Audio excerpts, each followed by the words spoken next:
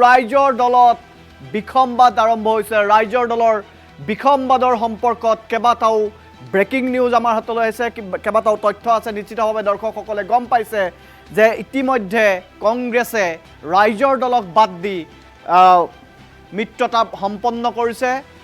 ৰাইজৰ দলক আঁতৰাই কংগ্ৰেছে মিত্ৰতা সম্পন্ন কৰাৰ পাছত এতিয়া ৰাইজৰ দলৰ মাজত দেখিবলৈ পোৱা গৈছে তীব্ৰ বাক বিতণ্ডা। ইতিমধ্যে মই উল্লেখ কৰিছোঁ যে ৰাইজৰ দলত বিসম্বাদ আৰম্ভ হৈছে। আমি এটা ব্ৰেকিং নিউজ আছে, ব্ৰেকিং নিউজটো আমি এই মুহূৰ্তত জনাই ল'ব বিচাৰিছোঁ। বিদ্ৰোহৰ উকমুকনি উঠিছে ৰাইজৰ দলত। আমি ফুল প্লেটৰ জৰিয়তে এই খবৰ জনাব বিচাৰিছোঁ। ৰাইজৰ দলৰ কেন্দ্ৰীয় উপসভাপতি যুধিষ্ঠিৰ গগৈ বিস্ফোৰণ। যুধিষ্ঠিৰ গগৈ আৰু ভৱেন্দ্ৰ নাথ মহনৰ নেতৃত্বত নতুন সমীকৰণ হৈছে। 10টা সমষ্টিত প্ৰাৰ্থী দিয়াৰ বাবে চলাইছে প্ৰস্তুতি। মিত্ৰতা নিশ্চিত হ'লে ৰাইজৰ দলতে থাকিব দুয়ো, অন্যথা নতুন ৰাজনৈতিক দল গঠনৰ বাবে কৰিব চিন্তা চৰ্চা। শদিয়া, শিৱসাগৰ, টিয়ক, চিপাঝাৰ, টিংখং আদি সমষ্টিত প্ৰাৰ্থী প্ৰক্ষেপ কৰাৰ সিদ্ধান্ত তেওঁলোকে ল'ব। আকৌ কৈছোঁ, বিদ্ৰোহৰ উকমুকনি উঠিছে এতিয়া ৰাইজৰ দলত। মিত্ৰতাক লৈ এতিয়াও কোনো স্থিতিত উপনীত হোৱা নাই কংগ্ৰেছ আৰু ৰাইজৰ দল। ৰাইজৰ দলৰ কেন্দ্ৰীয় উপসভাপতি যুধিষ্ঠিৰ গগৈৰ বিস্ফোৰণ। যুধিষ্ঠিৰ গগৈ আৰু ভৱেন্দ্ৰ নাথ মহনৰ নেতৃত্বত নতুন সমীকৰণ কৰা হৈছে।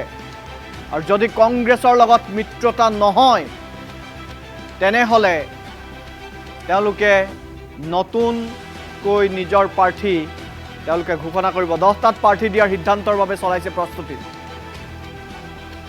ব্ৰেকিং নিউজ এই মুহূৰ্তত জনাইছোঁ।